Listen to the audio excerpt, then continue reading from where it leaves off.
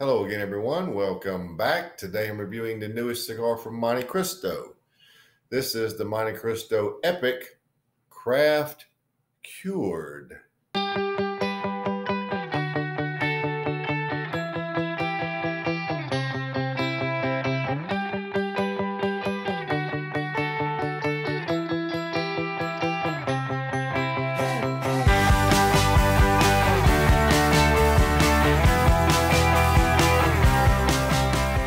This size is simply called 6x52. Pretty easy, huh? Now, this cigar features a Nicaraguan Rosado Oscuro wrapper. Also, this is, once again, Montecristo and Altadas have teamed up with Plasencia factories to produce this cigar. This Rosado Oscuro wrapper is from a 2006 vintage, and you could see that, or you did see that in the opening pictures. At the foot of the cigar, they tout that fact. The other parts of the blend are from the 4 remaining regions of Nicaragua. As you probably guessed by now, this is an all Nicaraguan cigar. Nicaragua continues to be a hot place for the cigar market.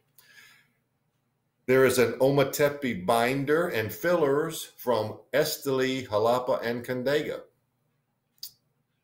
It's offered in 3 sizes, each in a 52 ring gauge. This happens to be the 6x52, and they're featured in 10-count boxes. Now, probably the most interesting thing about the blend is the fermentation method. I think this is very interesting. Altadas USA says the tobacco components were fermented in smaller size pelons than usual.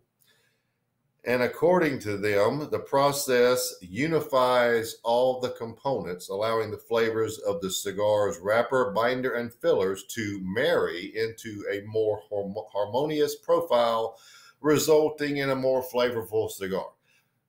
That's interesting. So you got the wrapper, binder, filler, all fermenting in small pelons together.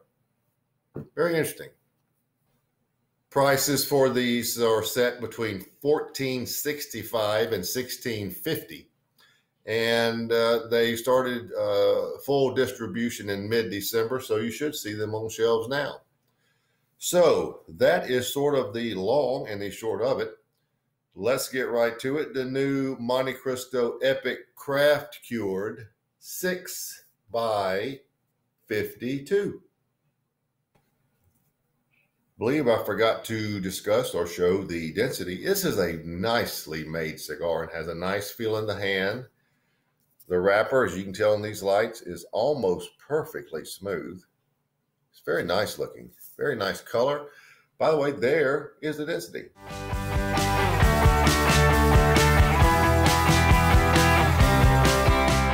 And as I said, it has a nice feel in the hand. Very nice. All right, little band at the foot. Let's see here. It's not going to cooperate very well, so I'm going to slide it off, hopefully unravel it later so you can read that.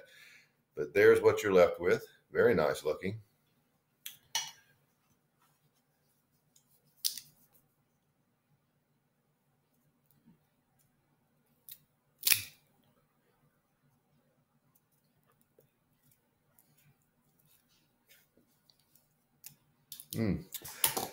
I'd say that's a pretty decent, yeah, that's good.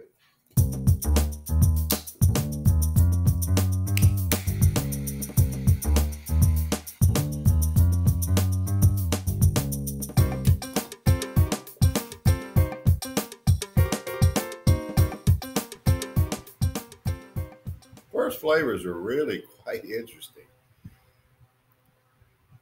Dry cedar, tart green apple, brown sugar, and more than a sprinkling of cinnamon.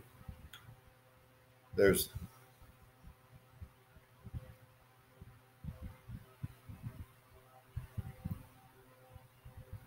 a coarse black pepper at roughly 7.5.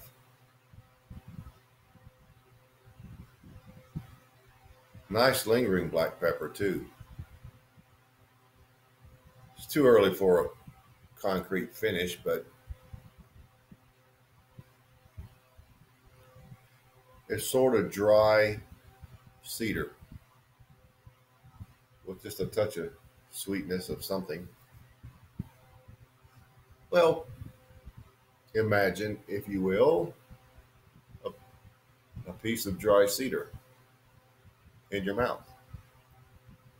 Pretty much what it is, dry cedar.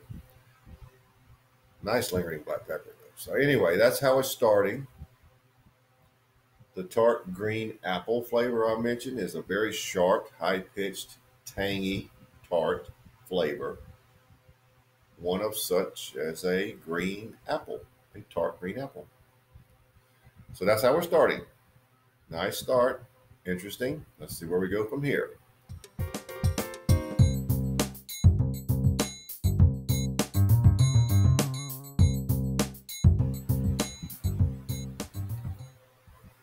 Well, I'm probably about 2 inches in, but I'm probably right at the first third. 2 inches out of 6-inch cigar. The tanginess of that green apple has toned down. There's a lot more cedar notes. Still on the dry variety, but the apple is toned down. There is some darker notes in there, and I failed to mention in the first segment the black coffee base, but there's an additional dark chocolate element in it now. Not a lot, but some, that is toning down the high-pitched green apple type flavor. You still have the brown sugar, not too much cinnamon anymore, but the coffee has a nice presence, a nice bigger than last original segment presence. It's holding a nice base.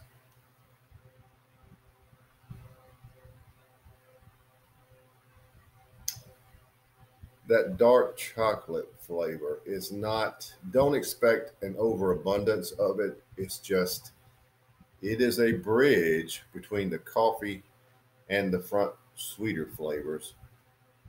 And it actually does just what I said, brings some of that sharp pitch to apple, brings it down to more of a manageable, smoother level.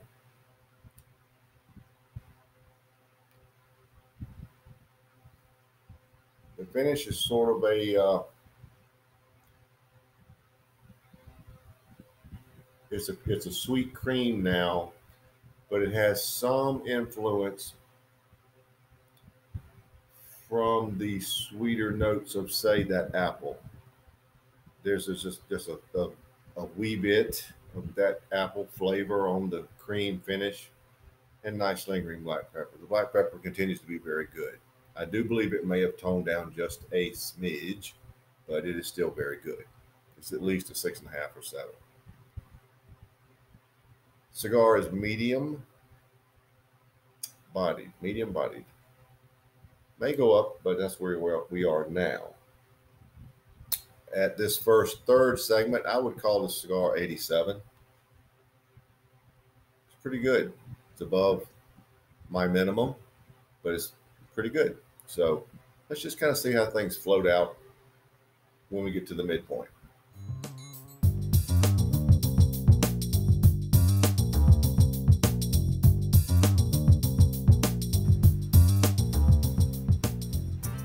Well, I'm right around the midpoint, as you can see. I had to remove the main band because I was starting to encroach, but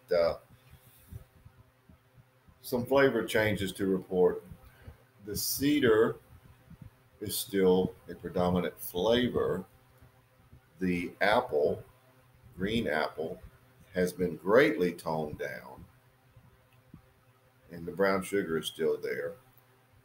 The new flavor in the mix is nutmeg. It started to arrive in the last segment. Didn't mention it, didn't need to because it wasn't really noticeable. Now it is. In fact, it has taken the place of any of that dark chocolate that was there. The nutmeg came into prominence quite quickly from the first third to the midpoint. With it, there was a decrease in sweetness. The nutmeg really canceled out a lot of that sweetness. There is a heavy black coffee base. The finish has influence of nutmeg also, and cream, with still some remnants of that apple flavor. The lingering black pepper remains very good. I have had better lingering black pepper on cigars, but this is pretty good on this one. With the heavy influx of nutmeg and the heavy decrease of sweetness, now it's not gone, but it's greatly noticeably decreased. This midpoint I'm rating at 85.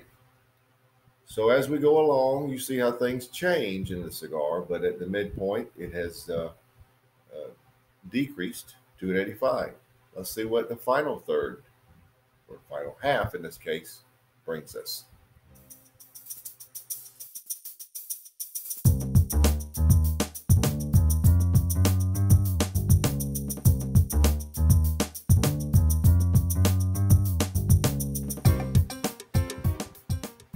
All right, we're down to the end, so let's wrap it up. The good news is the sweetness came back. The nutmeg is still there in abundance, but the sweetness came back. Cedar, tart, apple, green apple, brown sugar, not much cinnamon anymore, nutmeg, and plenty of sweetness with a nice coffee base. Pepper was good, medium to full bodied. It did move up. Finish is about the same. This has been a pretty good cigar. Had a little dip there in the middle with that heavy nutmeg and just a decrease in the sweetness, but you know, that's the way it goes sometimes. But it rebounded nicely. Actually, it rebounded back to what I'm going to say is an 87. So you've got first third 87, midpoint 85, final third 87. I'm going to give the cigar a score of 86. Overall score of 86. So there you have it.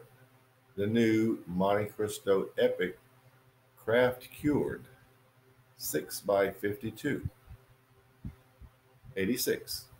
Good cigar. Look for it on shelves now.